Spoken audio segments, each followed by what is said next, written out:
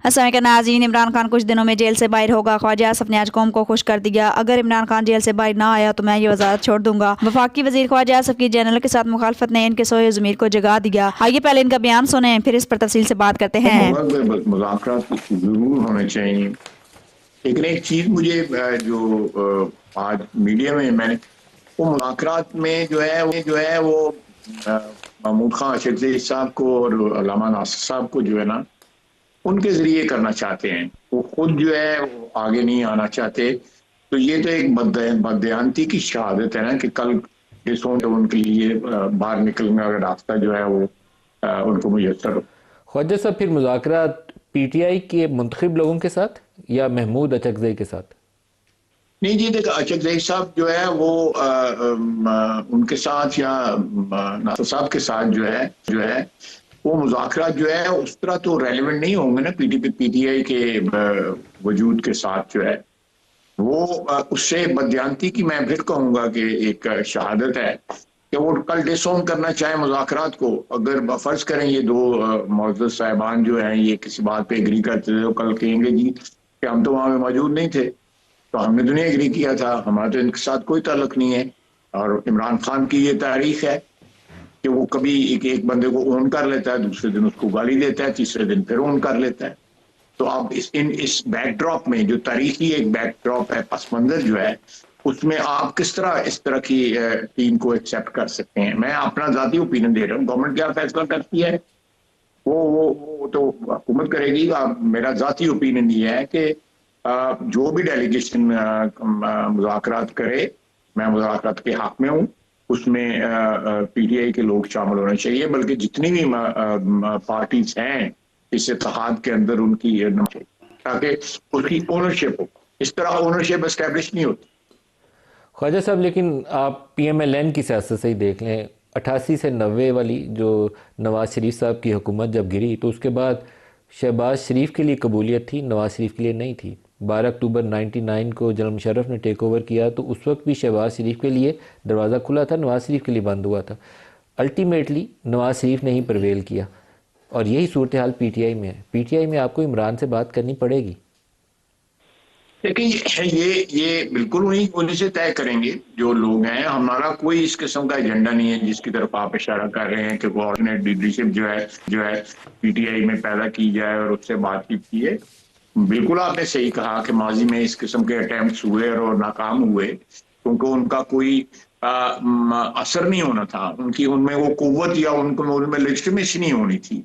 और अभी भी अगर किया जाए तो मेरा ख्याल है कि वो उस कुव्वत या जो भी आप पसंद हो मुझे या ना हो उसमें वो पॉलिटिकल जो है ऑथेंटिसिटी नहीं होगी। क्या माइनस इमरान हुकूमत के ऑप्शन में शामिल है या नहीं है?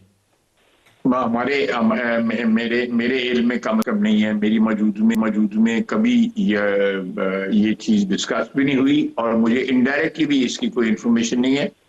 मैं कह सकता हूँ कि मैं not 100% informed person in the government, लेकिन 60-70% इंफॉर्मेशन तो होती है मुझे। तो मेरी 60-70% की इंफॉर्मेशन में ये चीज शामिल नहीं है। ख्वाजा साहब, केपी में मिलिट्री ऑपरेशंस के हवाले से एक तनाव है, ऑपरेशन होना चाहिए, वहाँ की जो सिक्योरिटी की सूरत हाल है, क्या ये मुनासिब नहीं होगा कि मुफाहमत का रास्ता अपनाते हुए केपी गवर्नमेंट को ऑन बोर्ड लें और फिर आप मुफाहमत के साथ आगे बढ़ें? बिल्कुल, आप जो पहले आपने कही है मैं उसमें वो एक सियासी कुव्वत है वहां पे, और वो अगर ऑन बोर्ड आए तो मेरा ख्याल है इससे बेहतर कोई सूरत हाल नहीं हो, इससे ये बेस्ट ऑप्शन है। लेकिन वो गुरेज कर रहे हैं किसी भी हिस्सा बनने के इससे इसकी जो एफर्ट जो है ऑपरेशन का एफर्ट बनने के लिए उससे गुरेज कर रहे हैं। वो दोनों साइड्स खेल रहे हैं। वो जो है वो क्या कहते हैं जो है वो विकेट की दोनों साइडों पे खेल रहे हैं। वो दहशत गर्दों को भी नाराज नहीं करना चाहते, उनको भी अपने साथ रखना चाहते हैं या अपने आप को उनके साथ रखना चाहते हैं। और साथ जो है एक हुकूमत के जो मजे जो हैं, एक सियासी हुकूमत के मजे जो हैं वो भी उठाना चाहते हैं। तो ये दो क्या कहते हैं घोड़ों पे सवारी करने की वो कोशिश कर रहे हैं। अगर वो एक हुकूमत के साथ एस्टेब्लिशमेंट कह लें, हुकूमत कह लें, जो भी कह लें, पाक फौज कह लें, उसके साथ खड़े हों, एक सियासी अंसर है उस लेजिटिमेट मैं समझूंगा उस सूबे का, अगर वो फौज के साथ खड़ा हो तो मेरा ख्याल है कि एक बड़ा इफेक्टिव ऑपरेशन जो है वो सर अंजाम दिया जा सकता है और उसका मकासद जो है जल्दी हासिल किए जा सकते हैं। लेकिन मलिक साहब, आप सूरत हाल ये है कि वो गुरेज करते हैं शहीदों के घर में जाके फातिहा कहने के लिए भी, जो जो निशाना मानते हैं दहशत गर्दों का। वो जनाजों में शिरकत करने से गुरेज करते हैं, वो उनके साथ आइडेंटिफाई करने से अपना करने से गुरेज करते हैं।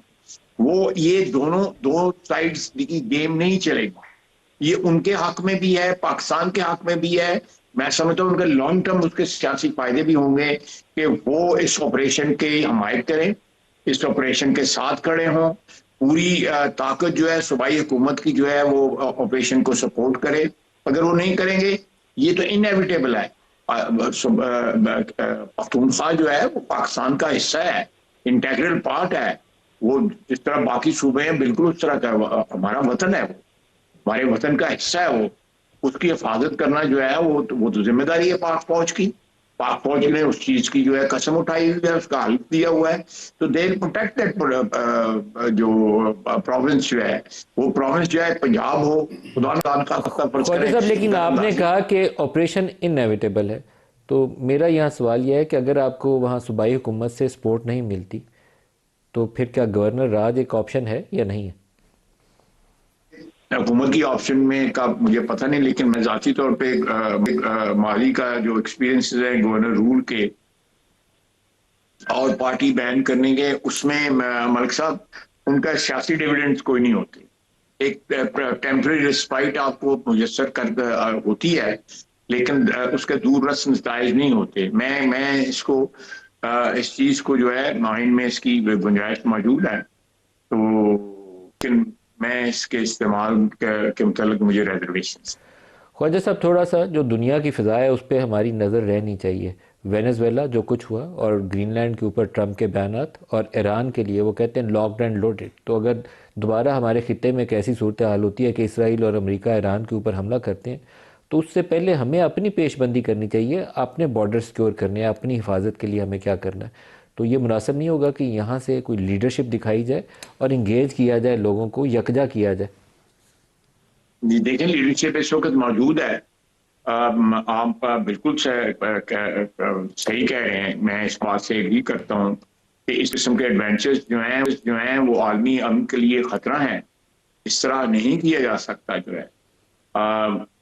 ये मेरा ख्याल है इस किस्म की इंटरवेंशन तो गजा में होनी चाहिए वहाँ के लोगों के लिए। उसके उनके उधर के लोग भी जो हैं वो भी बैनुल अक़वामी मुदाखलत के जो है को डिजर्व करते हैं, या उसका इंतज़ार कर रहे हैं कि उनको निजात दिलाई जाए इसराइल से, और उनको भी आज़ाद एक मुमलकत के अंदर फ़लस्तीन में रहने का हक मिले। तो मेरा अपना ख्याल है कि जब तक ये इंटरनेशनल जो एक क्या कहते हैं आप बिहेवियर का जो एक तर्ज अमल का जो एक स्टाइल है वो इस किस्म का रहे, सिलेक्टिव किस्म का रहे, तो ये ना उस मुल्क के लिए अच्छा होता है जो इस किस्म का सिलेक्टिव तर्ज अमल इख्तियार करे, और ना दुनिया के अमन के लिए अच्छा होता है।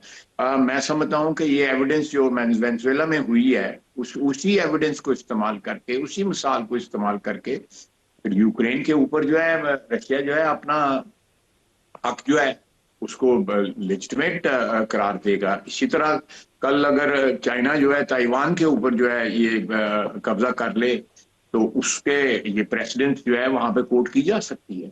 अब देखे ना, आज जो आया है कि तेल जो है वहां से अमेरिकन जहाज जो है वो लेके जो है पता नहीं कितने मिलियन बैरल जो है नाज़रीन किराम, ख्वाजा आसफ जो नून लीग के वाहिद मेंबर हैं और जो इक़्तिदार में होते हुए भी जनरलों के खिलाफ हैं, क्योंकि शहबाज शरीफ भी जनरलों के खिलाफ था, इसलिए ख्वाजा आसफ भी इनकी मुखालफत करते नजर आते हैं। जैसे कि आपने आज ख्वाजा आसफ की नदीम मलिक के प्रोग्राम में गुफ्तगू सुनी, जिसमें उन्होंने PTI के साथ मुखालफत को बरकरार रखते इमरान खान की रिहाई वजह से गुफ्तगू की। इनका कहना है कि इमरान खान की रिहाई जल्द मुतवक्को है और बहुत जल्द ये रिहा होने वाले हैं। जो मुज़ाकरात हुए उनसे ये लगता है कि ये मुज़ाकरात कामयाब हो जाएंगे, मगर इमरान खान का कहना है कि ये मुज़ाकरात तब कबूल करेंगे जब इनसे गुलामी की बात ना की जाए। अगर इनकी गुलामी ही करनी होती तो ये कब के जेल से बाहर होते, लेकिन इमरान खान का कहना है कि इन्हें जेल मंजूर है लेकिन गुलामी नहीं। लिहाजा आज की इनकी गुफ्तगू के लिए अगर आप नाज़रीन को राय देना चाहें तो कमेंट सेक्शन दे सकते हैं। Thank you for watching. अल्लाह हाफिज़।